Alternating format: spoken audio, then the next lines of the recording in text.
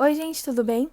Na aula de hoje eu vou explicar sobre as briófitas, o primeiro grupo das plantas, e eu vou falar de características gerais, da importância delas, da estrutura e do ciclo reprodutivo. Para começar, eu vou dar 3 exemplos de briófitas, as principais.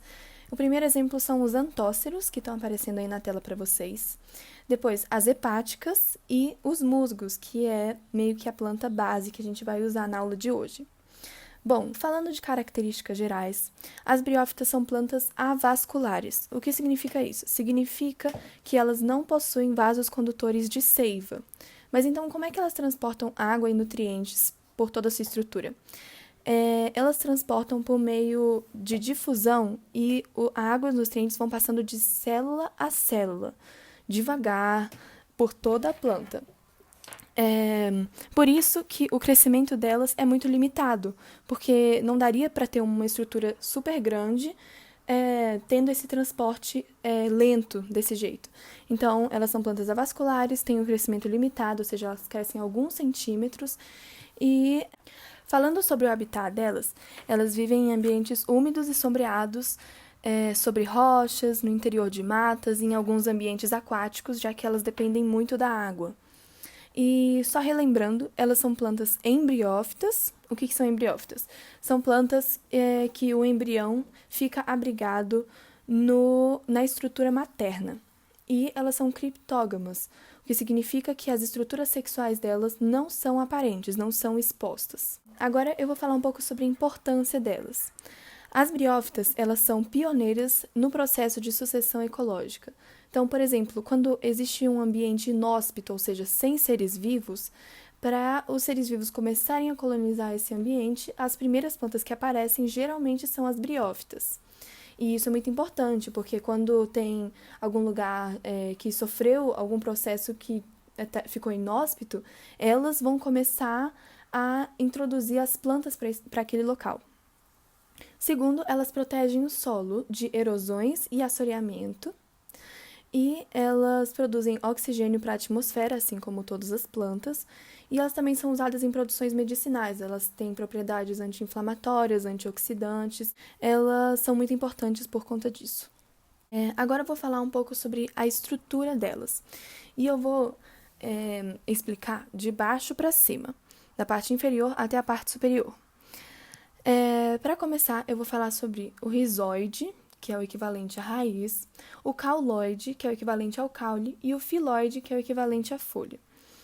Mas por que eles têm esses nomes diferentes? Como eu expliquei, as briófitas elas são plantas avasculares. Os tecidos delas são ainda muito simples. Não tão simples quanto os das algas, possuem uma diferenciação, uma certa diferenciação, mas elas ainda são plantas que não têm uma complexidade como tem. Elas têm uma versão simplificada de raiz, caule e folha. Depois a gente segue para o gametângio, que fica na ponta das folhas, como vocês podem ver. Gametângio é o local específico do gametófito, que é toda essa estrutura verde, em que são produzidos os gametas. Depois a gente consegue ver a haste, e aí a cápsula ou o esporângio. O esporângio é o lugar específico do esporófito, que é toda essa estrutura, em que são produzidos os esporos.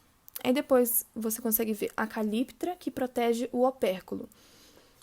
Eu vou explicar mais sobre a calíptra e o opérculo quando eu for falar sobre o ciclo reprodutivo sexuado das briófitas. Bom, aí você consegue ver a planta como um todo e toda a sua estrutura, consegue ver que a parte superior é o esporófito e a parte inferior é o gametófito. Eu vou explicar com detalhes qual é a diferença dos dois, qual a função dos dois. O esporófito, ele produz esporos, né, como o nome diz. Ele é diploide, 2N no caso. Ele é uma fase passageira da planta, o que significa que ele só vai estar, né, presente em uma parte do ciclo reprodutivo dela. E ele é aclorofilado, ele não faz fotossíntese. Já o gametófito, ele produz os gametas, como o nome diz, ele é haploide, ou seja, ele é N, então para produzir os gametas, ele vai sofrer uma mitose, né, não uma meiose, uma mitose, porque os gametas também são N. Ele é a fase duradoura da planta, ou seja, ele vai estar presente em todo o ciclo reprodutivo dela. E ele é clorofilado, ou seja, ele faz fotossíntese. Bom, agora eu vou explicar sobre o ciclo reprodutivo sexuado das briófitas. Bom, para começar, as briófitas elas fazem reprodução assexuada por fragmentos de gametófitos, mas a principal reprodução delas é sexuada, e é a que cai nas provas e que eu vou explicar agora. Eu vou começar falando sobre o esporófito. O esporófito, como um indivíduo adulto, faz parte da fase esporofítica das briófitas. Ele é diploide, 2N, como eu tinha explicado, e ele vai produzir os esporos. Os esporos, eles são N, e o esporófito é 2N, então ele vai sofrer uma meiose, chamada meiose espórica, e aí os esporos vão ser produzidos e os esporos vão ser haploides. Quando os esporos são produzidos, acontece aquela parte, a calíptra, ela cai e o opérculo se abre, podendo liberar os esporos que foram produzidos.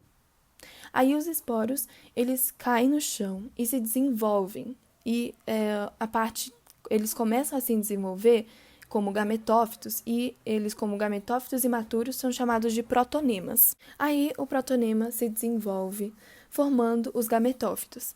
E cada gametófito produz um gameta diferente, né? Cada indivíduo vai produzir um gameta diferente.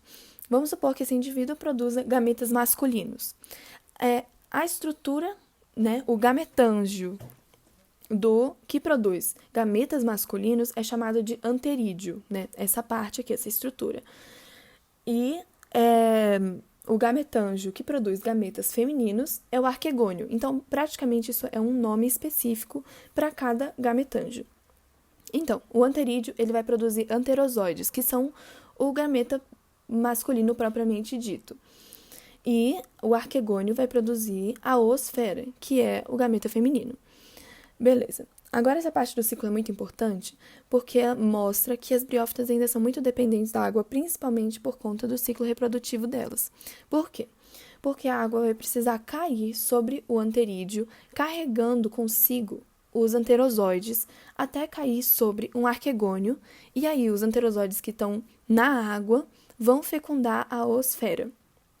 E fecundado a oosfera, eles vão formar um zigoto, e esse zigoto vai se desenvolver, vai sofrer várias mitoses, vai crescer, formando o esporófito. Lembrando, o gameta masculino é N e o gameta feminino é N também.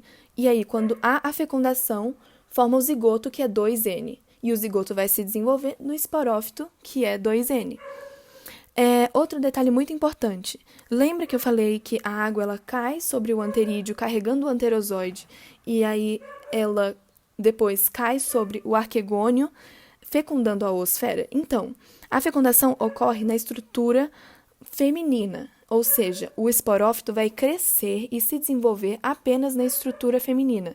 Então, sempre que houver um esporófito sobre uma briófita, você vai saber que vai ser um indivíduo feminino, porque a fecundação ocorreu lá e o desenvolvimento do esporófito vai acontecer sobre a estrutura feminina.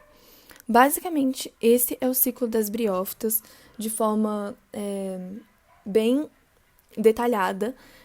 O esporófito é presente na fase esporofítica, enquanto o gametófito é presente na fase gametofítica. Basicamente, essa é a matéria de briófitas. A gente viu nessa aula sobre características gerais, eu falei exemplos, eu falei sobre a importância delas para o planeta, eu falei de toda a estrutura delas e descrevi elas no ciclo reprodutivo delas, expliquei a diferença entre esporófito e gametófito. E aqui vocês conseguem ver direitinho o que eu expliquei na aula anterior de introdução à botânica, que, na verdade, o ciclo reprodutivo ele segue uma estrutura padrão. E aí a gente vai estudando os grupos vegetais e vendo que cada um tem suas especificações, mas que a base é sempre a mesma. Basicamente é isso, pessoal. Muito obrigada por assistir a aula. Um beijo e até a próxima!